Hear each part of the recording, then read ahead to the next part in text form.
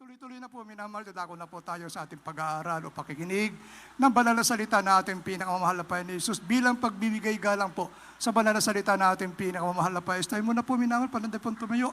Minamahal, at narito po, akin ay binibay buong pagkakataon sa ating beloved ordained preacher, Boy Kaluya. Amen. Praise God.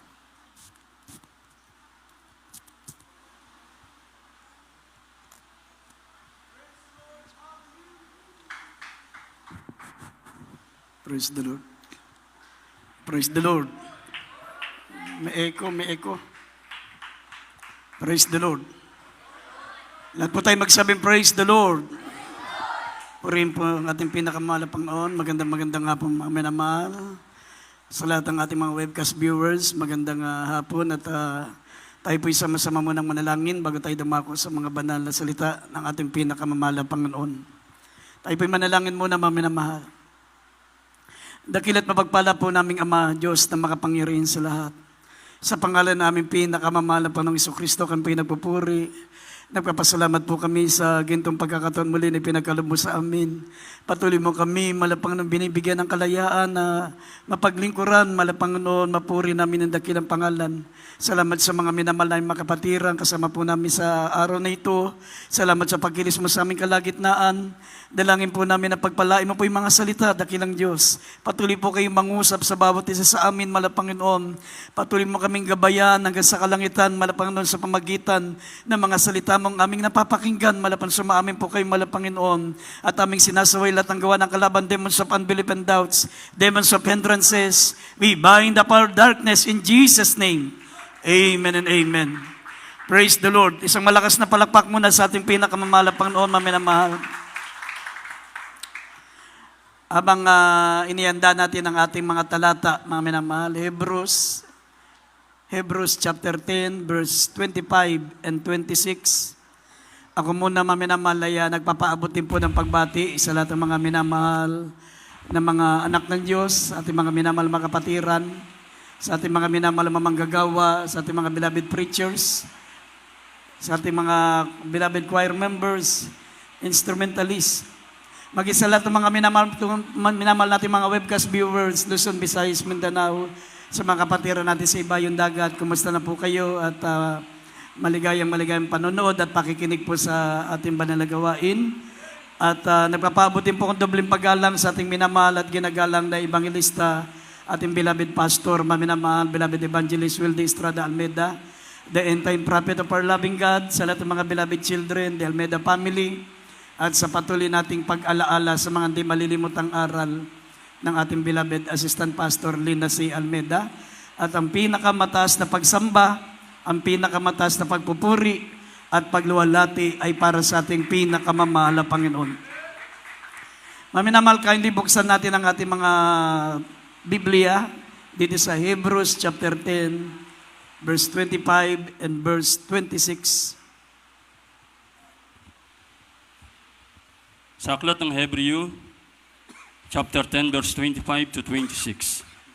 Na huwag natin pabayaan ang ating pagkakatipon, na gaya ng ugali ng iba, kundi mga ag-aralan sa isa't isa, at lalo na kung inyong namamalas na nalalapit na ang araw. Sapagkat kung ating sinasadya ang pagkakasala, pagkatapos na ating matanggap ang pagkakilala sa katotohanan, ay wala nang haing natitira pa tungkol sa mga kasalanan. Amen. Amen. Mga minamahal, ang ating paksa ay pamagatan po nating absent. Absent.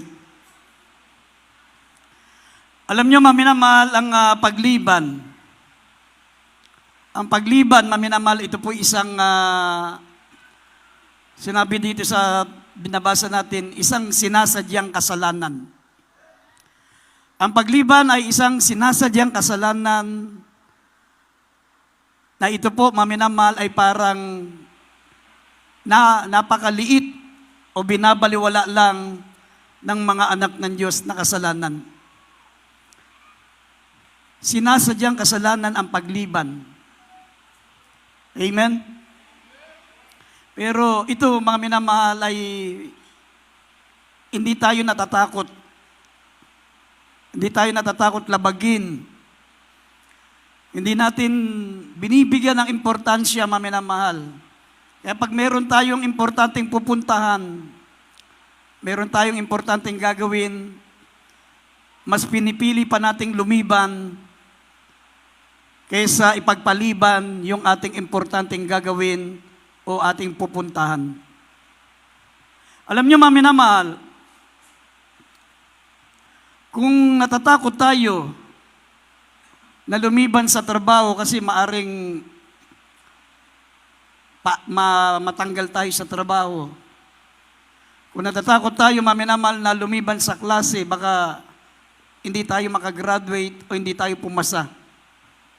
Dapat higit tayong matakot sa pagliban. Kasi ang nakasalalay dito yung kaluluwa natin. Amen? Ang nakasalalay dito yung kaligtasan ng ating kaluluwa. Sinabi ng Biblia, "For what shall profit a man if he gain the whole world, but suffer and lose his own soul?" Dito sa Lumang Tipan, mga minamahal, kung mababasa nyo sa Lumang Tipan, sa Bilang, Kapitulo 15, talatang 32 hanggang 36, meron pong isang mananampalataya, mga minamahal, na hindi dumalo sa pagtitipon, yung tinatawag nilang Sabat, araw ng Sabat. Kasi during the time of Moses, ang batas ay nasa dispensation of law. Ang pagtitipon nila ay Sabado, Sabat, kaya kung tawagin nila ay Sabat. During dispensation of law. Dito po, mga minamahal, napakaigpit. Kasi meron silang nakita rito, mga minamahal, na sa halip na nandoon sa pagtitipon, nandun, mga minamahal, sa banal na gawain, nandun siya namumulot ng kahoy para panluto.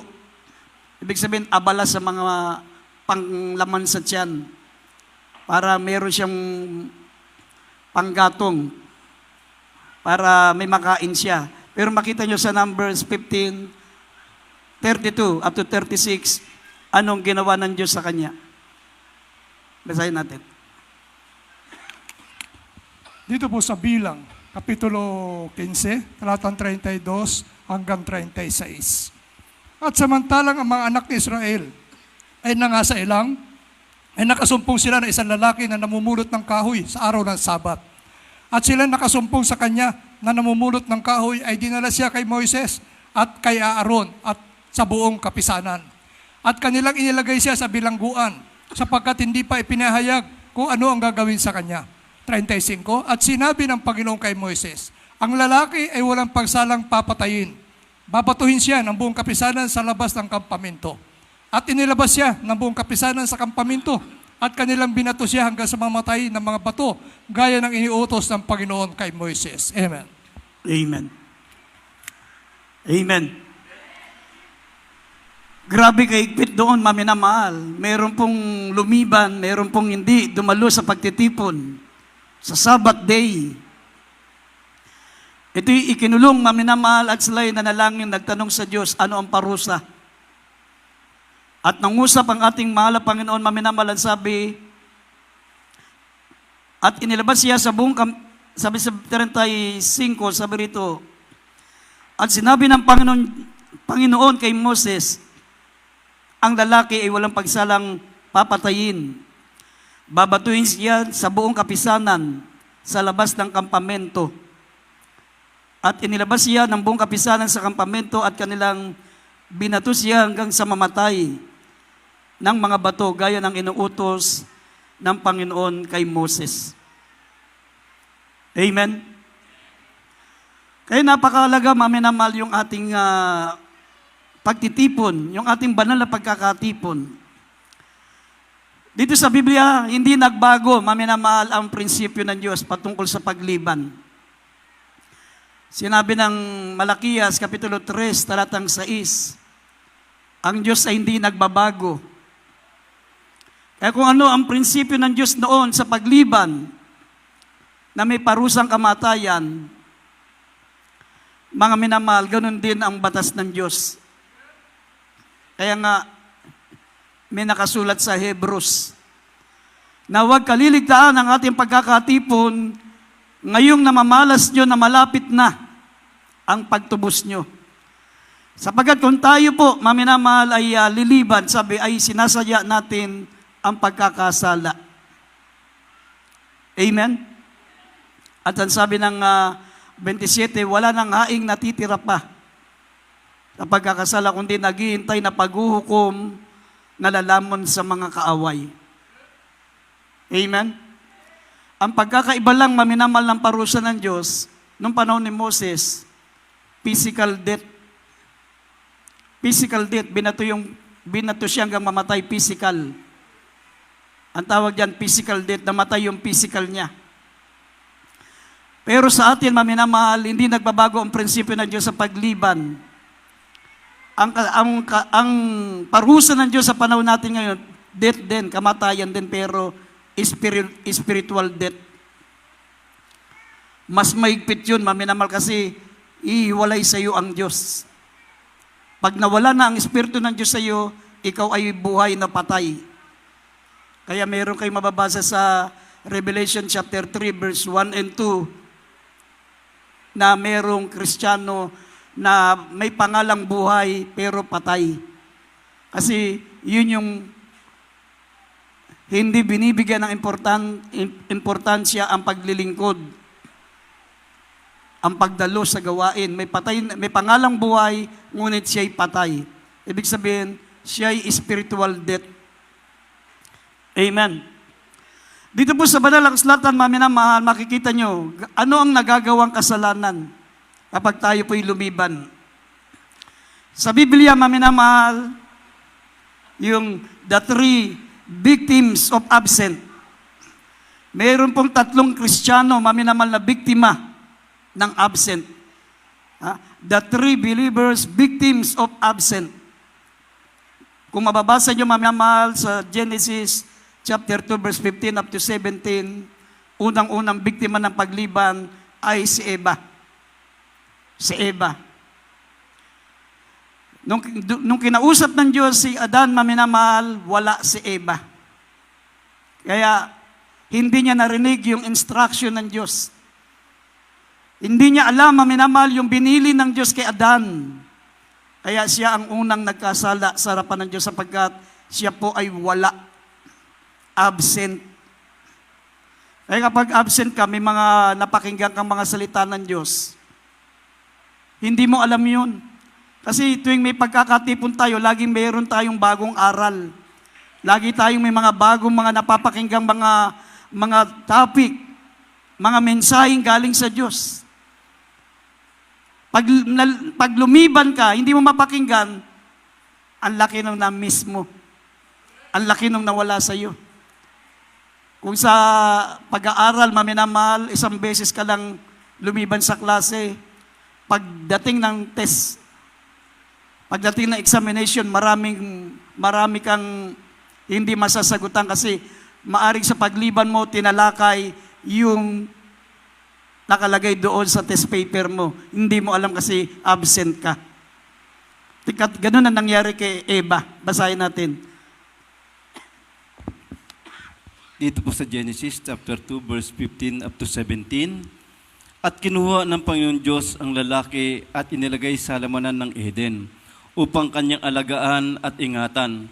At inuutos ng Panginoon Diyos sa lalaki na sinabi, sa lahat ng punong kahoy sa halamanan ay makakain ka ng may kalayaan.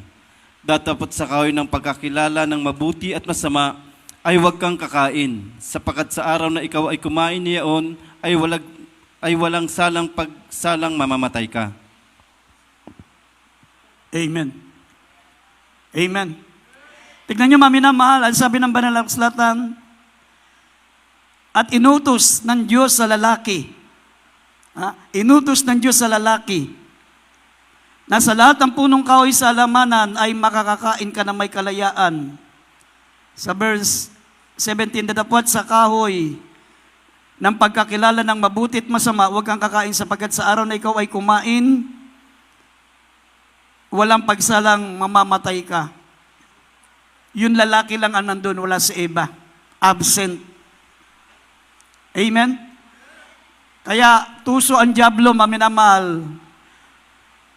Nung tinukso, maminamahal, ni Satanas, ang unang tao noon, ang tinukso niya si Eva kasi nga wala doon nung kinausap ng Diyos. Pwede niyang linlangin. Kasi pag si Adan ang kinausap niya, siya mismo ang nakarinig na salita ng Diyos. Siya mismo ang kinausap ng Diyos. Kaya hindi niya matutukso si Adan kasi direktang may inutos ang Diyos sa kanya na huwag niyang kakainin. Kaya ang nilapitan ng ahas ay si Eva kasi siya ang absent.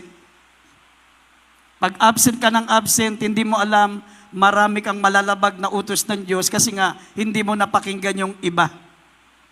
Amen? Tingnan niyo sa Genesis chapter 3 verse 1 up to 5, ang tinukso ni Satanas sa pamagitan ng ahas ay si Eva kasi siya ang absent.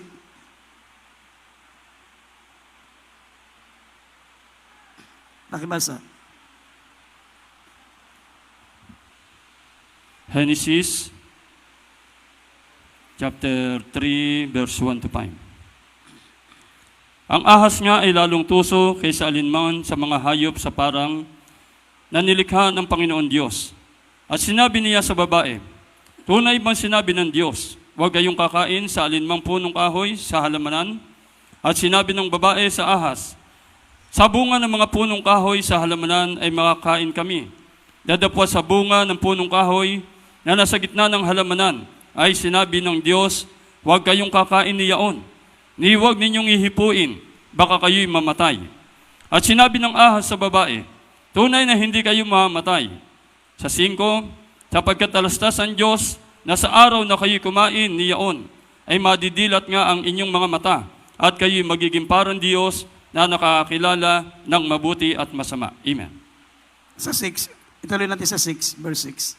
Sa 6, at nang makita ng babae na ang bunga ng punong kahoy ay mabuting kanin at nakalulugod sa mga mata, at kahoy na mananasa upang magpapanta sa tao, ay pumita siya ng bunga niyaon at kinain. At binigyan din niya ang kanyang asawang kasama niya, at ito'y kumain. Amen. Amen. Amen. Tignan niyo, maminamahal, halatang walang alam si Eva. Halatang walang alam si Eva, maminamahal, sabi niya. Sinabi ng Diyos sa amin na kung wag naming kakainin at wag naming hihipuin. Wala naman sinabi ang Diyos na wag hihipuin eh. Sabi wag kakainin. Wala siya ron kasi kaya hindi niya alam ang utos ng Diyos. Amen? Sapagkat sa oras na ikaw ay kakain yan, sabi, kayo'y mamamatay. Eh wala siya doon nung ibinigay yung utos na yun na Panginoon. Kaya, mga minamahal, sinabi ng ahas sa kanya, hindi totoo yun. Sinabi ng ahas sa babae, tunay na hindi kayo mamamatay. Sapagat talastas ng inyong Diyos sa araw na kayo'y kumain niyaon, madidilat niya ang inyong mga mata at kayo'y magiging parang Diyos na nakakakilala ng mabuti at masama. Sa verse 6, nang makita ng babae na ang bunga ng punong kahoy ay mabuting kainin, nakalulugod sa mga mata, at kahoy na mananasa upang magpakapanta sa tao, pumita siya sa bunga niyaon at kinain, at binigyan din niya ang kanyang asawang kasama niya, at ito'y kumain. Amen? Kasi wala siya doon, absent siya. Hindi niya narinig yung mahigpit na bilin ng Diyos. Kaya yun ang nagagawa ng kasalanan pag ikaw ay absent. Amen? Marami kang malalabag na hindi mo alam. Sabi nga ng Biblia, mga minamahal sa Leviticus 5, kapitulo 1, sabi diyan, ignorance in the law excuses no one. O Leviticus 5:17. 5:17 ng Leviticus. Ignorance in the law excuses no one. Kahit hindi mo alam ang utos, pag yan ay nilabag mo, hindi mo pwedeng sabihin, Panginoon, wala naman ako noon nung sinabi mo yun eh. Hindi ko naman alam na bawal pala eh. Hindi mo pwedeng sabihin sa Diyos yun pag nalabag mo ang isang bagay na ipinag-utos ng Diyos. Ignorance in the law excuses no one. Amen? Ito namang si Adan, maminamahal, nung binigyan siya ng bungang kahoy, hindi niya tinanong kung saan galing. Hindi niya tinanong. Akala niya, sabi kasi ng Diyos, lahat ng mga punong kahoy, lahat ng bunga niyan ay pwede niyong kainin. Pero sa punong kahoy na nakakaalam na mabutit masama, huwag kayong kakain sapagkat sa oras na yung kainin, kayo'y mamamatay. Binigyan siya ng bungang kahoy ni Eva, hindi niya tinanong, saan mo kinuha to? Saan galing to? Hindi niya, basta kain lang siya ng kain. Kaya ang nangyari, hindi niya alam, nalabag niya na ang utos ng Diyos na huwag kakain ng bungang kahoy na ipinagbabawal ng Diyos. Yan ang nagawa ng pagliban. Kung nandun ka sana, kung nandun sana si Eva, hindi siya matutokso. Kung nagbigay ang utos ng Diyos, maminamal nandun si Eva, hindi siya absent. Sasabihin niya sa as, kabilin-bilinan ng aming Diyos, huwag kaming kakain ng bungang kahoy na yan, mamamatay kami. Kaso absent siya. Tignan niyo. Amen? Naging partaker pa si Adan, naging bahagi pa ng kasalanan niya, kaya yan ang nangyari, mga minamahal, kaya pati tayo nadamay sa kasalanan nila. Amen? Sabi ng Roma 5:12, sa pamagitan ng kasalanan ng isang tao, ang lahat ng tao ay nagkasala at nakaranas ng kamatayan. Basahin na, ibdagdag natin Roma 5:12. Yan ang dahilan kung bakit lahat tayo naging makasalanan sa harapan ng Diyos. Pakibasa Roma 5:12. Dito po sa Roma, Kapitulo 5, talatang 12. Kaya't kung paano na sa pamamagitan ng isang tao ay pumasok ang kasalanan sa sanlibutan at ang kamatayan sa pamamagitan ng kasalanan. At sa ganito'y, ang kamatayan ay naranasan ng lahat ng mga tao sapagkat ang lahat ay nagkasala. Amen. Amen. Amen. Sa pamagitan ng kasalanan ng mga unang tao, ang kasalanan ay pumasok at ang kamatayan sa pamagitan ng kasalanan. At sa ganito'y, ang kamatayan ay naranasan ng lahat ng mga tao sapagkat tayong lahat ay nagkasala. Pamamanaan rin lang tayo ng ating ninuno na si Adan at si Eva, kasalanan pa yung pinamana. Kaya sin is hereditary. Bakit nagkasala? Because of absent. Amen? Lahat ng pala absent, magsabing praise the Lord. Salamat naman, umaamin yung iba. Pangalawa, maminamahal si David. Si David, maminamahal during the battle. Absent during the battle. Alam ng panahon noon, maminamahal, during the dispensation of law, lahat ng mga tao na hindi naglilingkod sa Diyos, ang utos ng Diyos patayin. Nililipol nila, pinapatay nila. At kung ikaw ay makasama sa tinatawag na battle, yung gera laban sa mga makasalanang hindi naglilingkod sa Diyos, mga minamahal, isang dakilang pribileyo para sa iyo, yung kasama ka. Kasama ka sa digmaan. Nandun ka, present ka. Kasi once na sila'y pinagpala at pinararangalan ng Diyos, kasama kang pararangalan. Pero no, itong pagkakataong ito, maminamahal, itong si David, for the first time, dati siya lagi ang nangunguna sa gera. Siya ang nagsisilbing kapitan. Siya ang nagsisilbing general sa digmaan. Pero yung pagkakataong yun, sa kauna-unahang pagkakataon, hindi sumama si David. Absent siya. Anong nagawang kasalanan niya dahil hindi siya sumama? Bakit siya nagkasala, maminamahal? Because of absent. Tignan niyo kung paano siya nagkasala dahil sa pagliban. Basahin natin ang 2 Samuel chapter 11 verse 1 up to 4.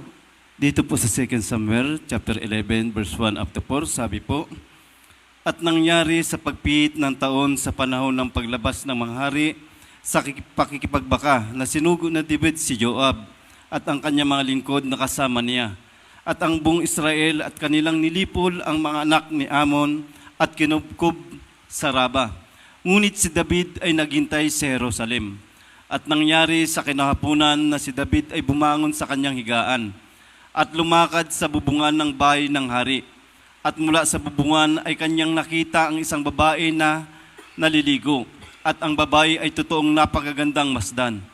At nagsugo si David, nagsisiyasat tungkol sa babae. At sinabi ng isa, hindi ba ito ay si Bathsheba, na anak ni Eliam na asawa ni Uriah na Heteo? At si David ay nagsugo ng mga sugo at kinuha siya. At siya ay pumaroon sa kanya at kanyang sinipingan siya sapagkat siya ay malinis sa kanyang karumihan. At siya ay bumalik sa kanyang bahay. Amen. Amen. Amen. Mga minamahal, ito po yung nakomit. Ito yung nakomit na kasalanan ni David. Nung una, mga minamahal, lagi siyang kasama sa gera. Siya nagsisilbing commander-in-chief. Lahat ng gera, mga minamahal, na pinasok nila, nandun lagi si David, present siya. Wala siyang liban. Kaya nakapagbigay siya ng malaking tagumpay sa bansang Israel sapagkat tuwing nakikita ng hukbo ng Israel, nakasama nila si David, inspirado sila. Talagang matatapang sila kasi ang nangunguna sa kanila ay si David, na isang makapangyarihang lalaki na tao ng Diyos. Pero maminamal itong pagkakataong ito, for the first time, umabsent si David. Lumiban. Sabi rito maminamal, sinugo niya lang yung isang general niya.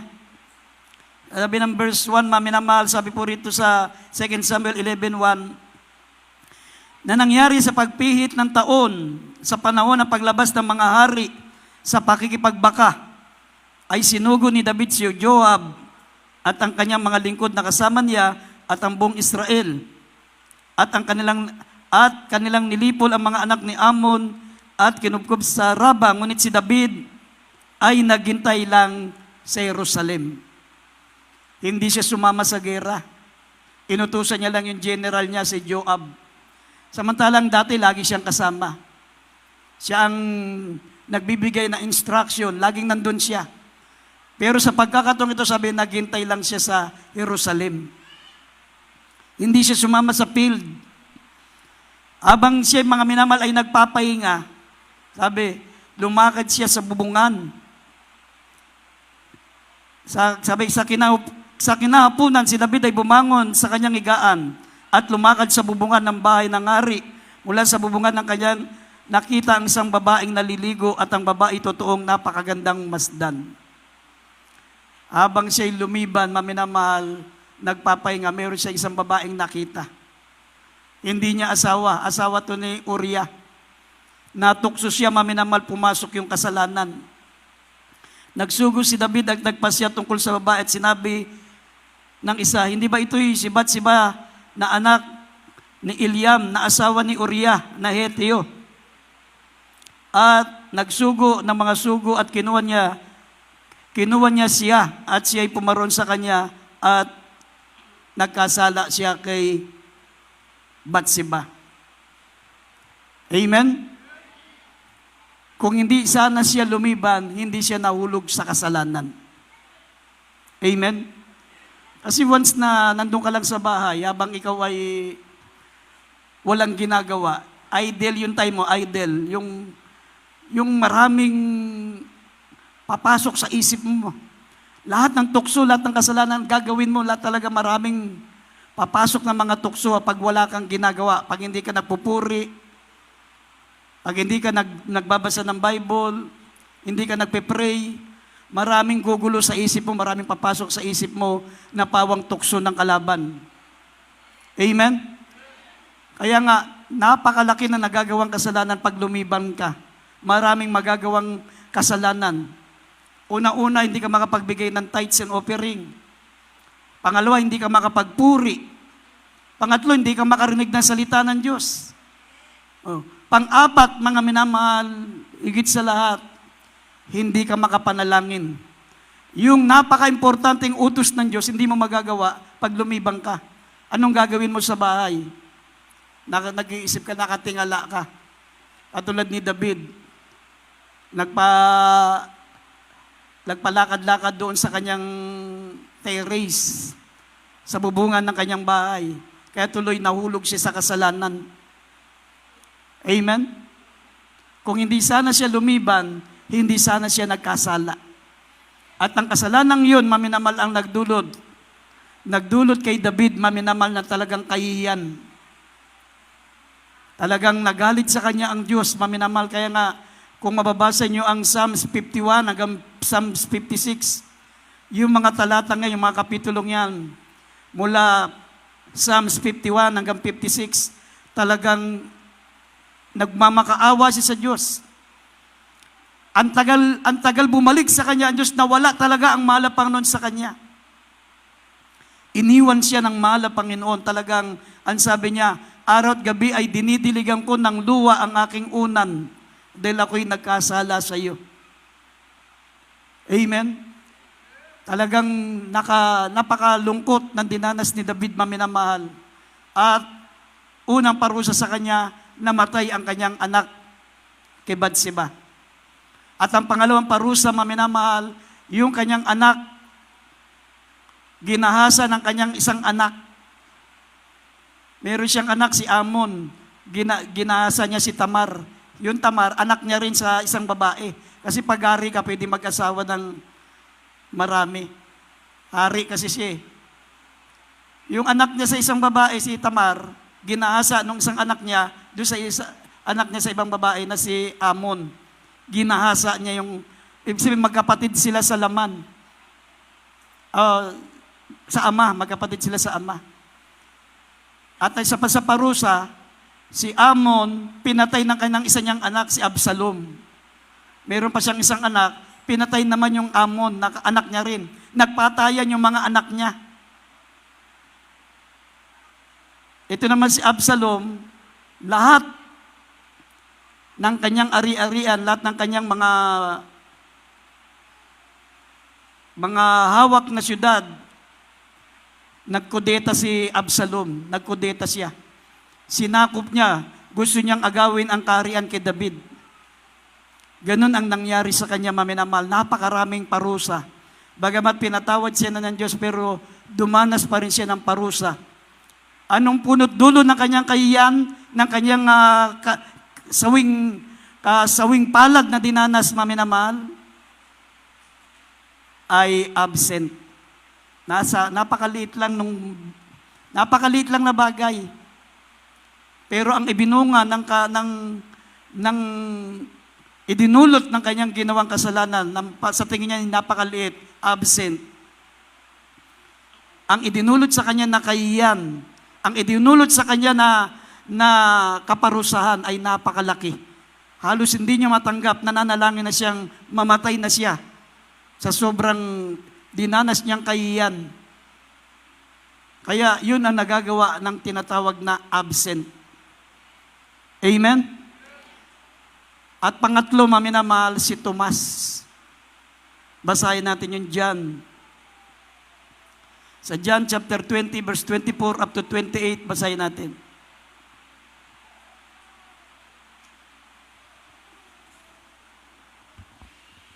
Sa aklat ni San Juan, Kapitulo 20, talatang 24 hanggang 28. Ngunit si Tomas, isa sa 12 na tinatawag na Didimo, ay wala sa kanila nang dumating si Jesus. Sinabi nga sa kanya ng ibang mga alagad, nakita namin ang Panginoon. Ngunit sinabi niya sa kanila, malibang aking makita sa kaniyang mga kamay ang butas ng mga pako, at maisuot ko ang aking daliri sa butas ng mga pako, at maisuot ko ang aking kamay sa kanyang tagiliran, ay hindi ako sasampalataya. At pagkaraan ng 8 araw, ay muling nasa loob ng bahay ang kanyang mga alagad at kasama nila si Tomas. Dumating si Jesus nang nangapipinid ang mga pinto at tumayo sa gitna at sinabi, kapayapaan ang sumainyo. Nang magkagayon sinabi niya kay Tomas, idaiti mo rito ang iyong daliri at tignan mo ang aking mga kamay. At idaiti mo rito ang iyong kamay at isuot mo siya sa aking tagliran at huwag kang di mapanampalatayahin, kundi mapanampalatayahin. 28. Sumagot si Tomas at sa kanya sinabi, Panginoon ko at Diyos ko. Amen. Amen. Amen. Saan nagmula ang alinlangan ni Tomas, maminamahal, na hindi siya naniniwala na ang ating mahal pa ng Kristo ay bumangon muli sa mga patay. Ha? Nag-resurrect ang ating mahal na Panginoon. Hindi siya naniwala. Sabi sa kanya ng mga alagad, naku sayang, wala ka, absent ka, dumating ang mahal na Panginoon. Nagpakita sa amin, sayang absent ka. Kaya hindi mo alam, pag absent ka, maminamal, maraming pwedeng mangyari. Amen? Dito sa pagtitipong ito, maminamal, dumating ang mahal na Panginoon. Absent si Tomas. At sabi sa kanya, naku sayang Tomas, na-revive kami. Lahat kami napuspos ng Espiritu Santo. Sayang absent ka. Napakita ang mahal na Panginoon. Totoong nabuhay siya maguli sa mga patay. Sabi ni Tomas, hindi nga. Maniniwala lang ako pag naidaiti ko yung aking daliri sa butas ng kanyang palad kasi pinako siya.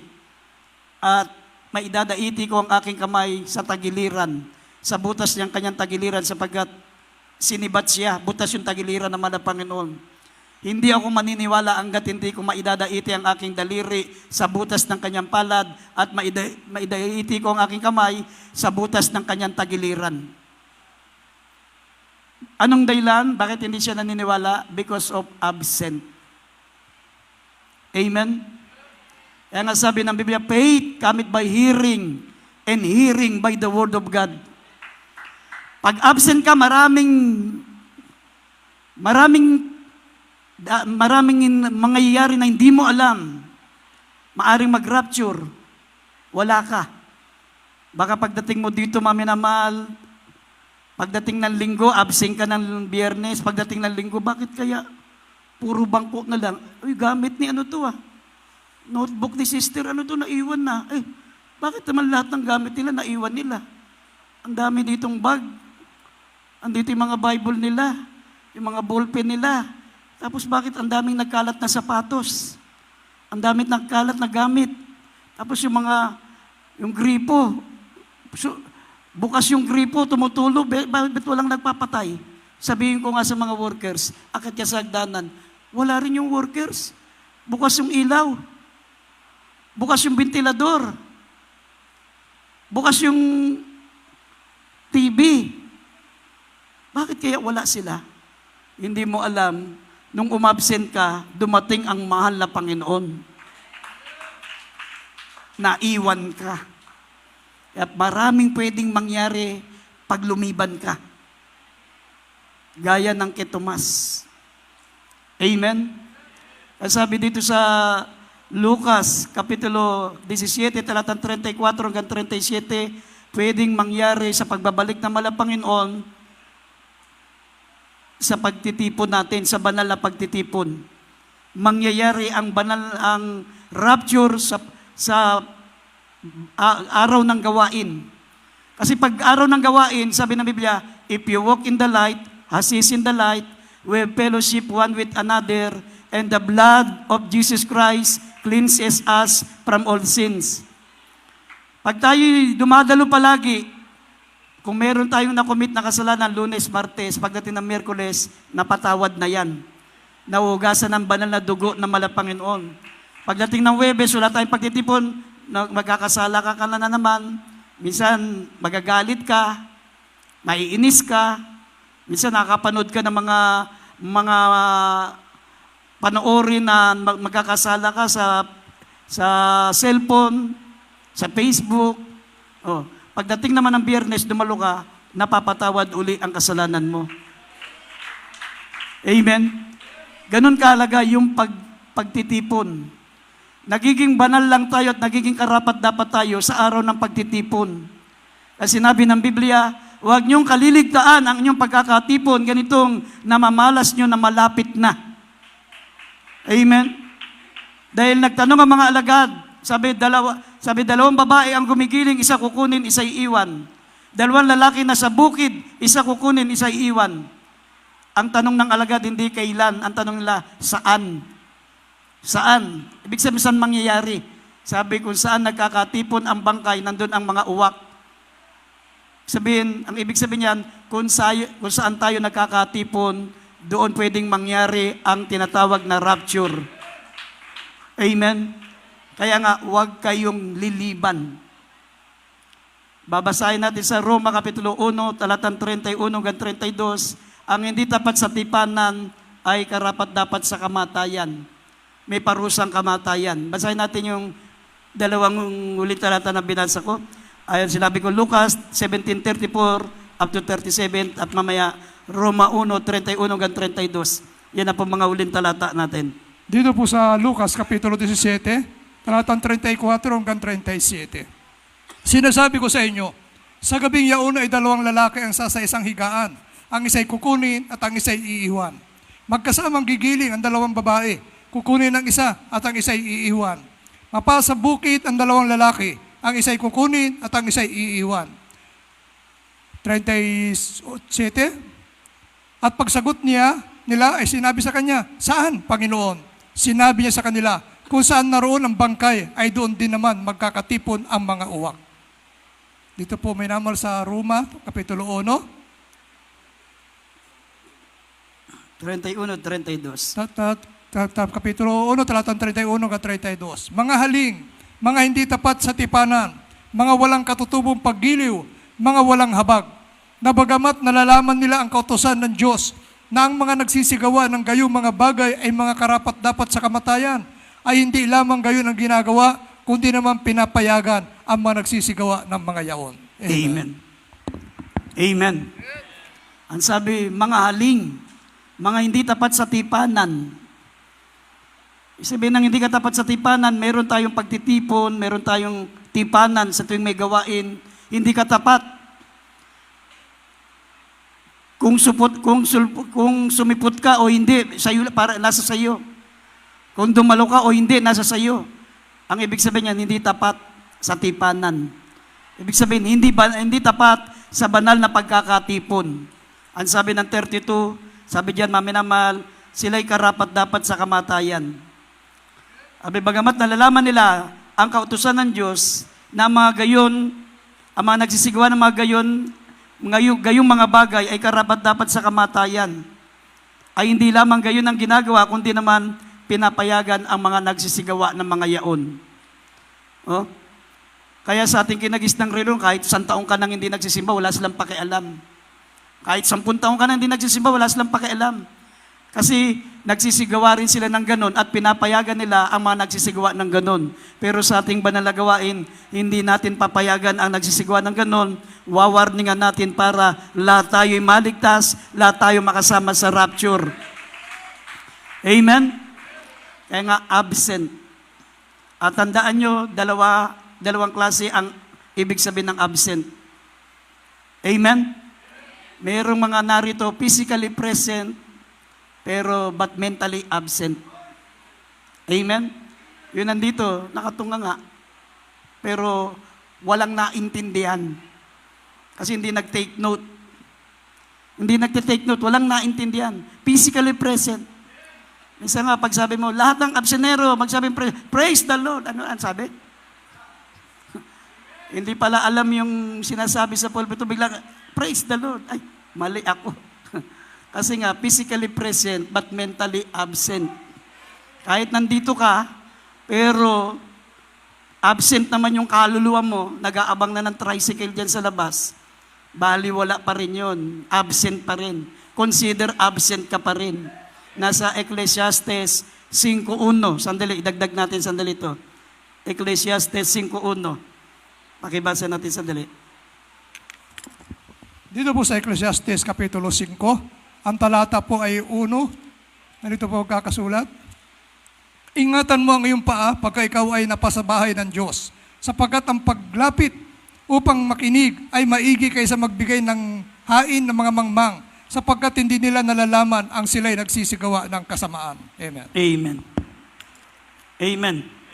Ingatan mo ang iyong paa kapag ikaw ay nasa bahay ng malapangnoon, sapagkat mas maigi ang makinig.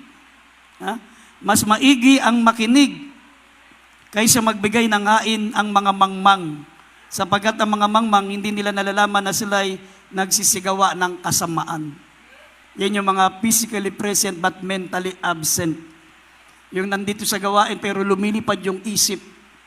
Lakad ng lakad, to and fro. Wala sa gawain ang isip nila, ang kalang puso, mga minamahal. Hindi nila pinaglilingkuran ang Diyos ng buong puso, ng buong isip, ng buong lakas at buong kaluluwa.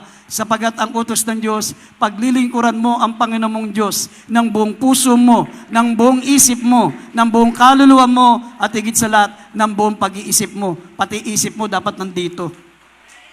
Amen? Amen? Lahat ng absinero magsabing amen. Oh, yan. Yun ang sinasabi ko. Praise the Lord. Kaya nga, huwag na tayong limiban, maminamahal. Pilitin natin. Amen? Malapit na dumating ang mahal na Panginoon. Tayo po'y tumayo at tayo po'y sama-sama.